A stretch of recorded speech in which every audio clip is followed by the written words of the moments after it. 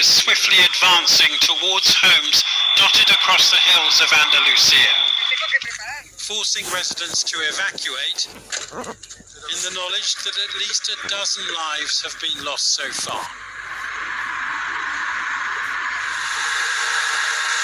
The flames tore across arid woodland and scrub, fanned by high winds.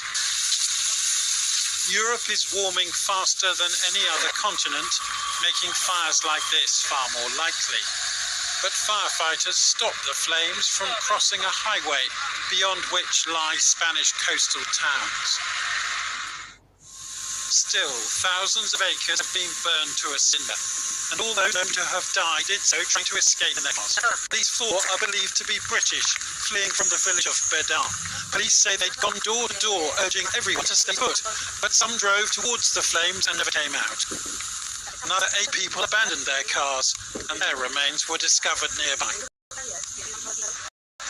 Whatever the police advised, this home in the sun was turned into a trap. The decision whether to stay or leave had to be made fast. I was watching the telly and thought, that wind's gone up, I'll travel, you're going to see big block. Well, I thought it was a cloud, and I thought, God, shut the doors and bang, bang, bang. Just get your money, get your cards off, I'm driving through flames, actually flames. And I thought, well, I can't stop, I just got to go, you know. And it was eerie because all of a sudden I came out of the flames and it was all bright sunshine, didn't it? It was like surreal, you know, it's ridiculous. You can see from this aerial footage the reality of a changing climate.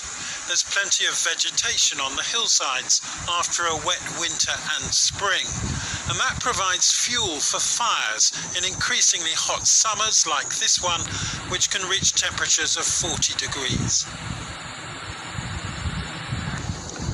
Those who died did so in such intense heat that their remains have been boxed up and sent to a lab in Madrid, where DNA testing will confirm the identities of those killed.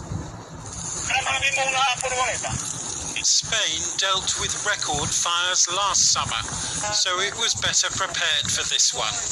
But the frightening vision of summers to come is already here. Jonathan Rugman reporting. Well, here there are warnings of a high risk of wildfires across England and Wales this weekend due to the hot weather and dry conditions. At Tintwistle Moor in Derbyshire, fire crews are tackling a fire that's been burning since the 24th of June. Today, the fire service urged people not to go walking in the exclusion zone around the area, as this prevents helicopters being used. Until it arrived, as I say, about an hour ago, we could see flames rising up from the ground as this line of smoke and fire moved down the hillside at really quite a fast rate. It's been 2.5 weeks now since emergency crews were first called to this moorland fire, and we're told in that time it's burned its way through 2.6 million square metres of moorland.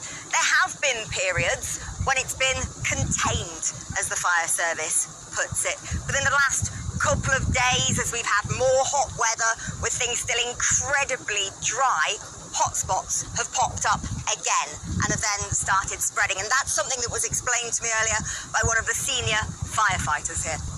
The strong winds over the last 3 weeks and the warm weather haven't really made it any easier for us, based on how the wind and the strength of the wind has created the fanning of the flames, so to speak, and the development of the fire. The terrain is incredibly difficult due to it being quite hilly, steep in areas and gullies. This is incredibly difficult conditions we're experiencing. Another thing that makes this kind of fire in this kind of area incredibly difficult to tackle is how much peat there is underneath the ground, and that means the fire doesn't just spread through the vegetation, it spreads underground through the peat as well, and it can pop up in fires, and that's been a really big concern here, trying to stop that fire spreading into the areas of trees.